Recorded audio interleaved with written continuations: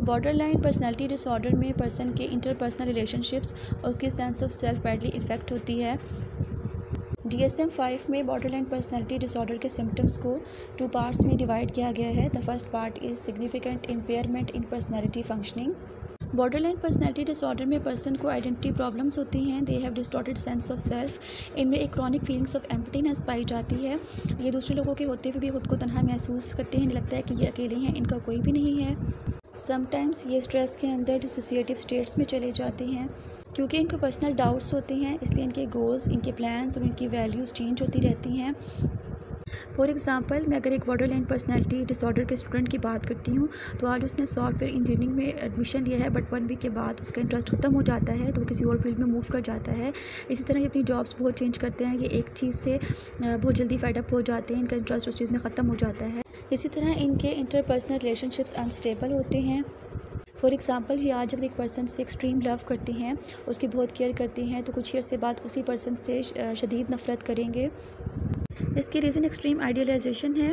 ये अपने रिलेशनशिप में एक्सट्रीम लेवल पे चले जाते हैं। अगर किसी से लव करते हैं तो उसको बहुत ज़्यादा केयर करते हैं। इनकी कोशिश होती है कि इनका पार्टनर इनको छोड़ के ना जाए, और ये उससे बहुत ज़्यादा डिमांड भी करते हैं। ये चाहते हैं जैसे मैं उसके साथ बिहेव कर रहा हूँ, जैसे मैं उसकी केयर कर रहा हूँ, वैसे ही वो भी मेरी केयर करे। और जब इनको ऐसा रिस्पॉन्स नहीं मिलता तो इनको लगता है कि इनका पार्टनर इनको धोखा दे रहा है और वो इनको छोड़ के जाना चाहता है। इस तरह से फिर ये उसी शख्स से नफ़रत करना शुरू कर देते हैं और उसके साथ अपने ताल्लुक़ को ख़त्म कर देते हैं। इसी तरह अगर हम पैथोलॉजिकल पर्सनैलिटी ट्रेट्स की बात करती हैं, तो सबसे पहले नेगेटिव एक्टिविटी आ जाती है। बॉर्डर लाइन पर्सनैलिटी डिसऑर्डर के लोग इमोशनली अनस्टेबल होते हैं। इनमें मूड स्विंग्स बहुत ज़्यादा होते हैं। अगर ये एक लम्हे बहुत खुश है तो दूसरे ही लम्हे अफसरदा हो जाएंगे या बहुत गुस्सा करना शुरू कर देंगे। इनका इमोशनल रिस्पॉन्स सिचुएशन के अकॉर्डिंग नहीं होता। मीन्स की छोटी सी बात पे एक्सट्रीम एंगर शो करते हैं।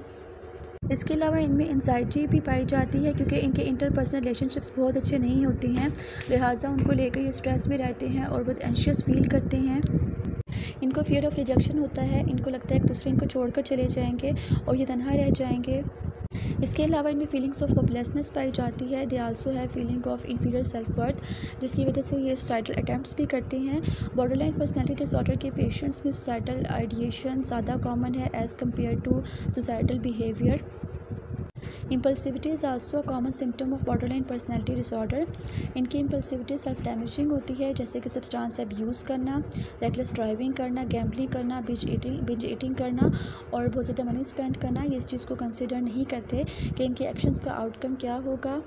इसके अलावा ये स्ट्रेस के अंदर सेल्फ हार्मिंग बिहेवियर शो करते हैं, जैसे अगर इनका पार्टनर को छोड़ के जा रहा है तो इसको रोकने के लिए, उसकी टेंशन गेन करने के लिए खुद अपनी बाजू पे कट लगा लेंगे या फिर खुद को जलाने की कोशिश करेंगे।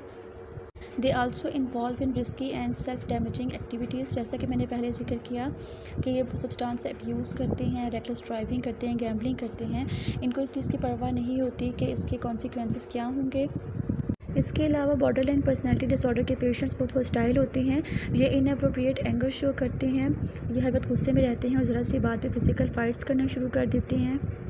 बॉर्डर लाइन पर्सनैलिटी डिसऑर्डर को डायग्नोस करने के लिए इंडिविजुअल की पर्सनैलिटी फंक्शनिंग का इम्पेयर्ड होना ज़रूरी है। इसके अलावा इंडिविजुअल की जो पैथोलॉजिकल पर्सनैलिटी ट्रेट्स हमने भी डिस्कस की हैं, वो हर टाइम और हर सिचुएशन में एक्सप्रेस हो रही हों। इसके अलावा ये चेक करना ज़रूरी है कि पर्सन की पर्सनैलिटी फंक्शनिंग में इम्पेयरमेंट के रीज़न कोई और मेडिकल कंडीशन तो नहीं है। मींस पर्सन कोई ऐसी ड्रग तो यूज़ नहीं कर रहा जिसकी वजह से उसमें ये सिम्टम्स शो हो रहे हैं।